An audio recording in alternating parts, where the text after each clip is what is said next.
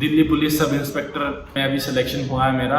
All India rank मेरी 32 है। CGL 2018 में भी मेरा इनकम टैक्स में सिलेक्शन हुआ है। LCHSL में भी अच्छे मार्क्स हैं। CDS भी मैंने जो है 2018 और 19 के जो दो एग्जाम होते हैं वो CDS भी मैंने 4 बार निकाला है दोस्तों। अभी मैं ऑलरेडी जो DFCCIL है, मिनिस्ट्री ऑफ रेलवेज के अंदर है, उसमें अभी एज ए स्टेशन मास्टर में जो है वर्क कर रहा हूँ। सो निशांत भाई एंड मास्टर जी एजुकेशन से जुड़े हुए सारे दोस्तों एंड भाइयों को मेरा नमस्कार एंड राम राम। दोस्तों, मैं मनीष चौधरी आप सबके साथ आज शेयर करने वाला हूं अपने जर्नी के बारे में to selecting many exams, SSC, railway, DFCCIL। So दोस्तों, मेरा नाम मनीष चौधरी है एंड मैं झुंझुनू राजस्थान का रहने वाला हूं। मैंने अपनी बीटेक जो कि मैकेनिकल स्ट्रीम से की थी वो गवर्नमेंट इंजीनियरिंग कॉलेज बीकानेर से मैंने 2017 में जो है कंप्लीट की थी। उसके बाद दोस्तों, जैसा कि सबका होता है कि एक फ्यूचर के बारे में हम कॉलेज से जैसे निकलते हैं तो फ्यूचर के बारे में सोचते हैं कि अब कैसा जो है अपना कैसा फ्यूचर होना चाहिए, किस टाइप की जॉब में हमको तैयारी करनी चाहिए ताकि जो है आगे लाइफ बहुत स्टेबल रहे। सो जैसे कॉलेज के लास्ट ईयर में मेरा प्लेसमेंट हुआ था उत्तम स्टील्स में नागपुर में, तो एक डिसीजन था कि क्या करना है, ये जॉब ज्वाइन करनी चाहिए या फिर नहीं करनी चाहिए। गवर्नमेंट एग्जाम्स जो है जैसे SSC था, इन सब की प्रिपरेशन करनी चाहिए। तो काफ़ी फैमिली ने उस चीज़ में भी सपोर्ट किया कि नहीं, ये चीज़ आप गवर्नमेंट जॉब की तैयारी करो, आप अच्छा कर सकते हो। सो मैंने उनकी बात मानी और एक खुद में भी कॉन्फिडेंस मेरे को जनरेट हुआ कि हाँ, मेरे को जो है एग्ज़ाम्स की तैयारी करनी चाहिए, रियली मैं एग्ज़ाम्स निकाल सकता हूँ। सो दोस्तों, देन मैंने जयपुर आके जो है वहाँ पे अपनी प्रिपरेशन स्टार्ट की। देन प्रिपरेशन में स्टार्टिंग में होता है कि सबसे पहले आप देखते हैं कि अरे इतने लोग हैं इस एग्ज़ाम में, कैसे एग्ज़ाम रहती है, कैसे पैटर्न रहता है। तो सबसे पहले कोई भी एग्ज़ाम तो देखने से पहले हम उसका पैटर्न देखते हैं, सिमिलरली क्या उसके सिलेबस में है, तो सिमिलरली वैसे ही किया।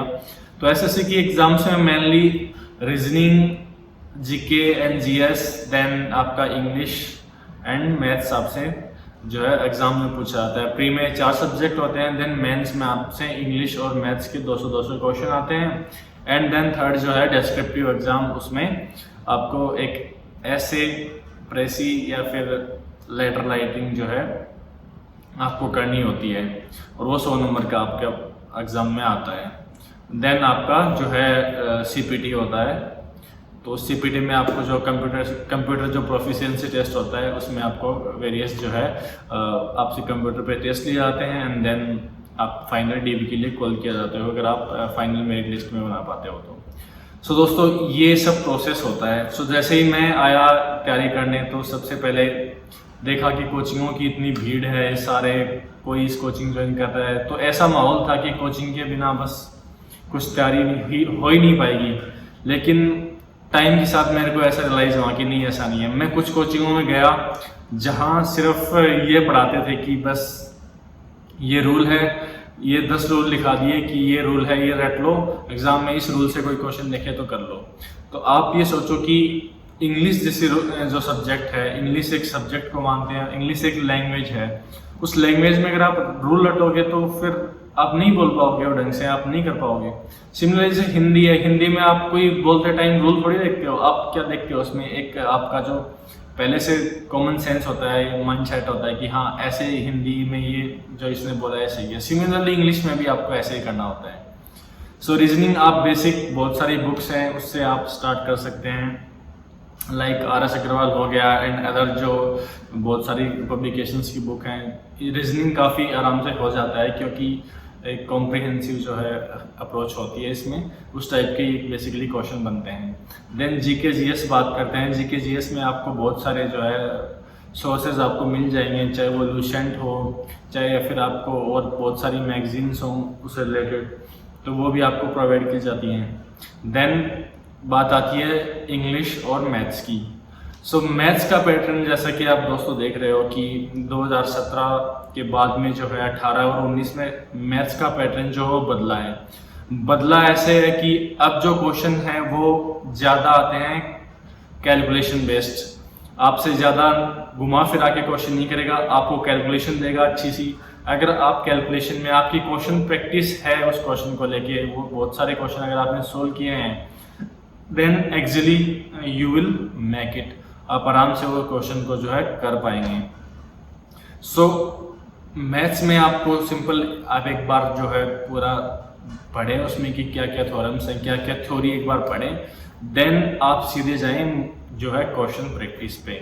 क्वेश्चन प्रैक्टिस जो है, जो प्रीवियस ईयर जो क्वेश्चंस आए हुए हैं एसएससी की एग्जाम्स में, एंड फर्दर आपके पास अगर और कोई बुकलेट्स हैं एसएससी की तो वो आप सोल्व कर सकते हैं। काफ़ी अच्छी अच्छी बुक्स हैं। जो प्रीवियस ईयर क्वेश्चन है वो ही मेनली एसएससी में ही आपको पूछे जाते हैं। तो मेरे हिसाब से अगर आप प्रीवियस ईयर क्वेश्चन कर लेते हैं सारे एसएससी के जितने भी हैं, तो वो भी काफ़ी जो है वास्ट हो जाएगा उसके लिए। सो आप मैथ्स में अपनी जो है कैलकुलेशन पे ध्यान दें, अपनी प्रोफिशिएंसी पे ध्यान दें। सिली मिस्टेक्स मैथ में नहीं करें कि आप जल्दबाजी में कैलकुलेशन मिस्टेक कर रहे हैं। और मैथ्स में एक सबसे बड़ी चीज़ होती है कि जो आप किसी भी क्वेश्चन को चैलेंज लेके मत बैठें कि एग्जाम में मान लीजिए क्वेश्चन कोई इजी क्वेश्चन है, आपसे नहीं हो रहा, आप ऑलरेडी उस पर 3 या 4 मिनट खराब कर चुके हैं, 2 मिनट खराब कर चुके हैं, तो खुद के ईगो पे नहीं लेनी है उस चीज़ को। आप बस उस क्वेश्चन को स्किप कीजिए, एक बार मार्क फॉर रिव्यू कीजिए एंड देन आप आगे बढ़ जाइए। जैसे ही आपको लास्ट में टाइम मिलता है एग्जाम में, आप जैसे ही सारे क्वेश्चन जो आपको आते हैं वो कर लेते हैं, देन आप गेट बैक टू, वापस से आप चेक करते हैं कि कौन सा क्वेश्चन मेरा रह गया, तब उस क्वेश्चन पे आप ट्राई कर सकते हैं अगर आपके पास टाइम मिलता है तो मैथ्स को एकदम कॉम्प्रिहेंसिवली तरीके से आप जो है उसको टारगेट करें। मॉक टेस्ट, मैं कह रहा हूँ कि मैथ्स जो है उसमें मॉक टेस्ट बहुत ही इम्पोर्टेंट है आपकी सिलेक्शन की पॉइंट ऑफ व्यू से।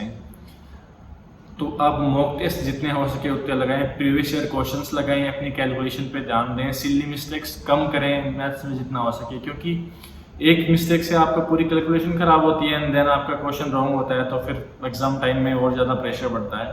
तो ये चीज़ आप पहले से ही लेके चलें। बात आती है इंग्लिश की। इंग्लिश में अगर आप देखोगे तो सबसे पहले आपको इंग्लिश का एक सेंटेंस का पोस्टमार्टम करना जरूरी है। आपको जो है उसका पूरा डायग्नोसिस करना है कि ये क्या चीज़ है, ये नाउन, एडजेक्टिव, ये वर्ब, ये जो क्लोज है, ये ऑब्जेक्ट है, ये इन्फिनेटिव है, ये जिरंड है, ये कैसे आते हैं, इसका यूज़ कैसे होता है, देन ही आप इंग्लिश को आप समझ पाओगे। तो सबसे पहले हर जो उसमें वर्ड है वो देखा कीजिए कि ये वर्ड जो है इस सेंटेंस में कहाँ पे काम आ रहा है। तो वो सब मैंने भी किया। मैंने धीरे धीरे इंग्लिश, जब सबसे ज़्यादा दिक्कत क्या होती है कि हिंदी मीडियम को स्टूडेंट्स को क्या प्रॉब्लम होती है कि वो इंग्लिश से बहुत डरते हैं कि यार इंग्लिश नहीं हो पाएगी। वो पहले ही उम्मीद छोड़ देते हैं कि नहीं मेरे से इंग्लिश नहीं हो पाएगी। पर दोस्तों ऐसा नहीं है। अगर आप इंग्लिश को थोड़ा ढंग से एकदम उसके हर चीज़ को समझना स्टार्ट करेंगे, हर एक फॉर्म का यूज़ देखेंगे कैसे यूज़ होता है, देन डेफिनेटली मैं आपको गारंटी के साथ कह सकता हूँ जितना मज़ा आपको इंग्लिश पढ़ने में आएगा, इंग्लिश के क्वेश्चन लगाने में आएगा, उतना किसी भी सब्जेक्ट में नहीं आएगा। तो सबसे पहले सब्जेक्ट को देखें। बहुत सारी थ्योरीज बुक्स हैं नॉर्मली, जो केडी पब्लिकेशन की बुक्स हैं या एसपी बख्शी हैं, या फिर आप जो है आर.एस. अग्रवाल की भी इंग्लिश की कुछ बुक्स हैं, वो आप कर सकते हैं।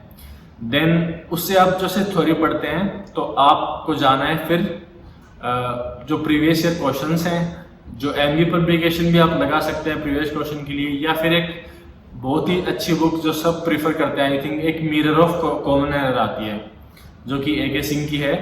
तो वो मिरर ऑफ कॉमन एरर आप लाओगे तो उसमें आप देखोगे कि हर एक टॉपिक पे, इंग्लिश के हर एक टॉपिक पे आपको 50 से लेके 100 क्वेश्चंस की मैंने एक्सरसाइजेज आपको दी हुई होती हैं। आप उसमें लगाओगे तो आपको क्वेश्चन का पैटर्न भी उसमें आपको बताया होता है कि कैसे क्वेश्चन आते हैं, क्या क्या इसमें जो है मिस्टेक रहती है। तो आपको थोड़ा सा वहाँ से एक बेस बनने लग जाता है आपका, तो आप वहाँ से जो है काफ़ी अच्छा उसको सोल्व करोगे तो काफ़ी आपको हेल्पफुल होगा। मैंने जो है मिरर ऑफ कॉमन एरर बहुत बार की थी, कम से कम 2 और 3 टाइम्स जो है मैंने मिरर ऑफ कॉमन एरर की थी। एंड देन आप एमबी पब्लिकेशन जो है वो यूज़ कर सकते हैं। एमबी पब्लिकेशन में आपको प्रीवियस क्वेश्चन जो मिलेंगे वो आपको दिल्ली के 1 या 2 सेट जैसे ही आप पढ़ लेते हो तो आप उसमें से लगाएं एंड आप फिर जो है क्वेश्चन प्रैक्टिस करें। इसके अलावा अगर आपको वोकैब भी है तो मेरे को आर.एस. अग्रवाल की इंग्लिश की जो बुक आती है उसकी वोकेबलरी जो है काफ़ी अच्छी लगती है, तो आप एक बार चेक कर लेना। मेरे हिसाब से आपको भी अच्छी लगेगी, अच्छे अच्छे वर्ड्स हैं। बाकी एसएससी में इंग्लिश का पैटर्न सेम वही रहा है।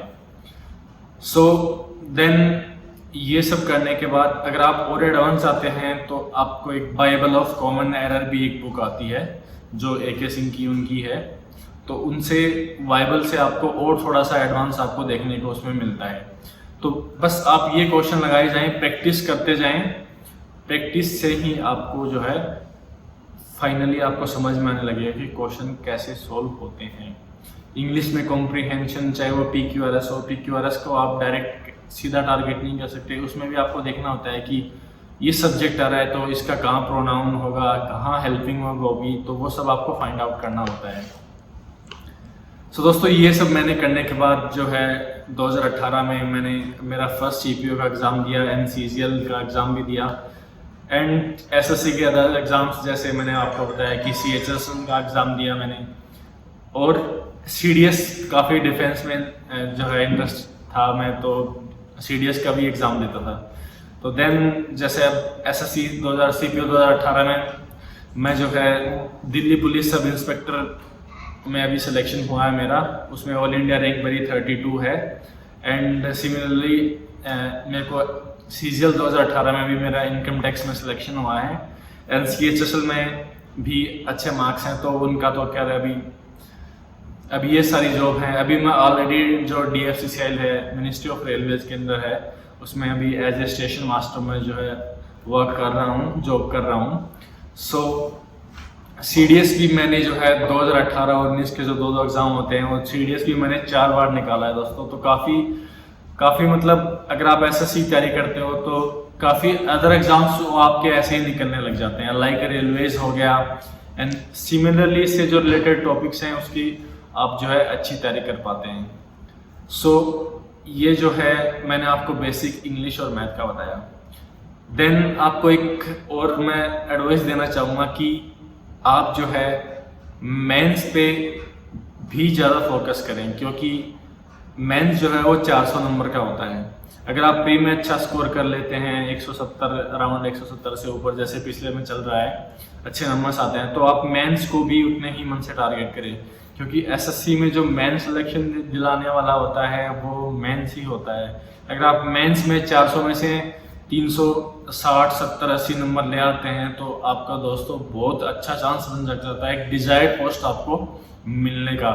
सो आप मेंस पे भी फोकस करें अच्छे से, आप हर सब्जेक्ट को ध्यान दें, क्योंकि अभी कंपटीशन भी अच्छा है, और एक जो है सेल्फ मोटिवेटर बने। कभी खुद को कम मत आंकिए कि मैं ऐसा है, मेरा इस टाइम सिलेक्शन होगा।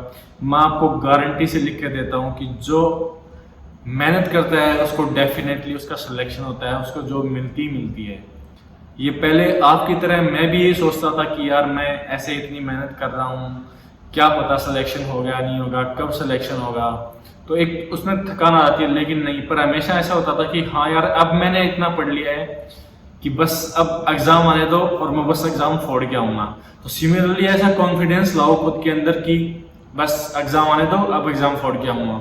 और अगर आपका एक अच्छा ग्रुप है जिसमें अच्छे अच्छे सारे दोस्त हैं आपके जो पढ़ाई वाले हैं, तो एक वो ग्रुप भी अच्छी बात है। आप ग्रुप बनाओ, उसमें कोई भी प्रॉब्लम्स आपको आती हैं वो एक दूसरे के साथ डिस्कस करो, एंड फर्दर किसी के मान लीजिए कोई सब्जेक्ट किसी का अच्छा है तो उससे वो आप चीज़ पढ़ सकते हैं। तो ग्रुप काफ़ी हेल्पफुल होता है। अगर आपका ग्रुप इस टाइप से आपके दोस्त हैं जो सिमिलरली उसकी तैयारी कर रहे हैं, तो आप उसमें जो है अपनी चीज़ें शेयर करें, वो काफ़ी आपके हेल्पफुल रहेंगी। सो बेसिकली ऐसे आपको SSC जो है वो टारगेट करना होता है।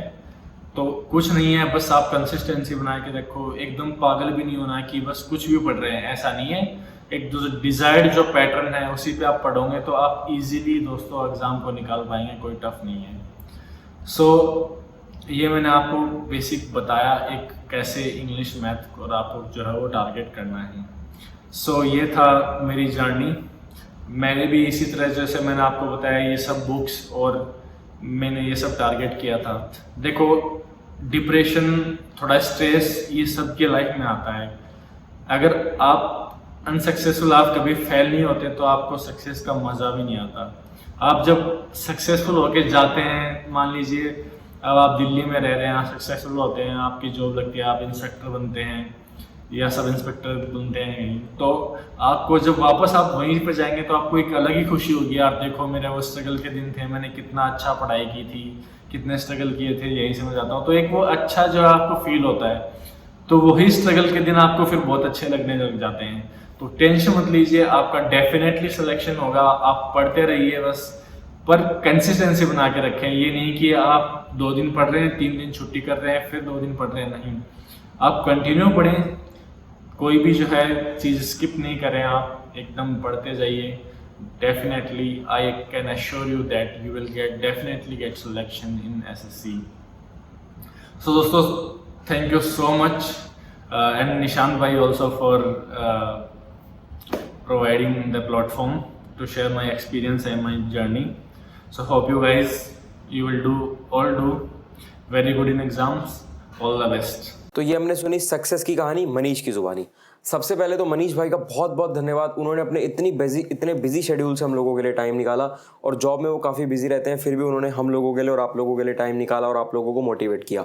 आपने देखा कि ऑलरेडी एक जॉब में रहते हो, यानी कि इतने ज़्यादा वर्किंग आवर्स काम करते करते साथ साथ उन्होंने तैयारी करी, और इतने अच्छे एग्जाम्स, इतने सारे एग्जाम्स उन्होंने क्रैक किए, और इतनी ज़बरदस्त रैंक दिल्ली पुलिस में ऑल इंडिया रैंक 32 आई है इनकी। तो देखो कि जैसे उन्होंने किया, आप लोग भी वैसे ही कर सकते हो। आप लोगों को कोई डाउट हो, अगर आप और कुछ पूछना चाहो तो कमेंट कर देना, हम लोग उनसे पूछकर ज़रूर कोशिश करेंगे कि आपको रिप्लाई करें। और भाई अगर ये वीडियो और इन चीज़ों ने आपको मोटिवेट किया हो तो इस वीडियो को ज़्यादा से ज़्यादा लोगों तक शेयर करो, ज़्यादा से ज़्यादा लोगों तक पहुँचाओ और फैला दो इस वीडियो को। और आई होप कि ये वीडियो आप लोगों के लिए हेल्पफुल रही होगी। जिन लोगों ने चैनल को अब तक सब्सक्राइब नहीं किया वो चैनल को सब्सक्राइब कर देना, और कमेंट्स में ये ज़रूर बता देना कि नेक्स्ट वीडियो आपको किस टॉपिक पर चाहिए। तो एक बार फिर से मनीष भाई का बहुत बहुत धन्यवाद, और मिलते हैं आपसे अगली वीडियो में।